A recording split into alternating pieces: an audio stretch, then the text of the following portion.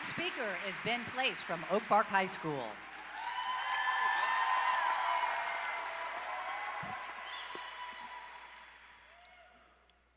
When I was told as a freshman that I'd have to give a speech to the entire school district, it didn't seem quite real.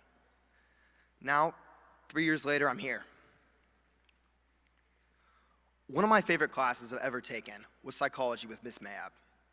It never failed to keep me engaged, which is saying something considering it started at 7:43 a.m.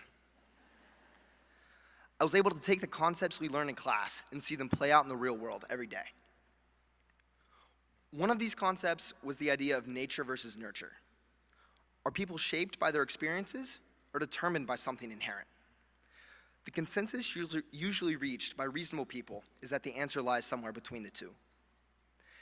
Nature is beyond your control, but as educators, you have a unique opportunity to influence kids from the time they're toddlers to nearing adulthood. Every year, you pass the baton to the next teachers, helping the child on their journey to be who they'll be. Each kid's journey is their own, with different starts and ends, and with turns, bumps, and detours in between.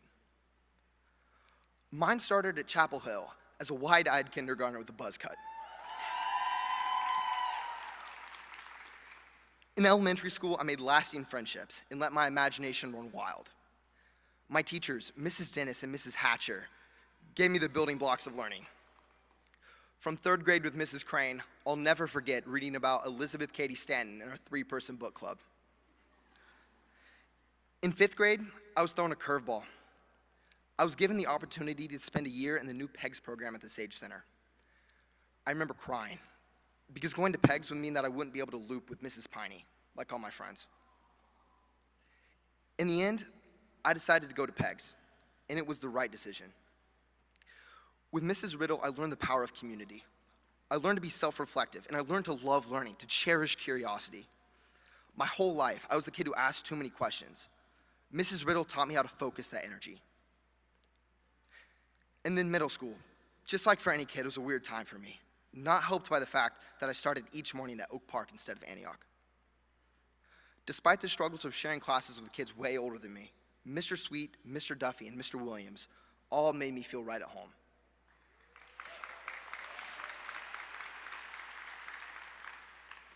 In high school, I found my people. I tried everything that interested me, from band, journalism, theater, and student council, to volleyball, basketball, and the swim team. Mrs. Gebhardt, our advisor for the magazine, is the best critic anyone could ask for. Coach Ian is like a second father to me during the swim season, pushing me not just to be a better swimmer, but a better person. From the start of my journey to now, entering the home stretch, each of these educators and countless others have helped shape me into who I am. Every step of the way, students have educators to thank for their relationship with learning.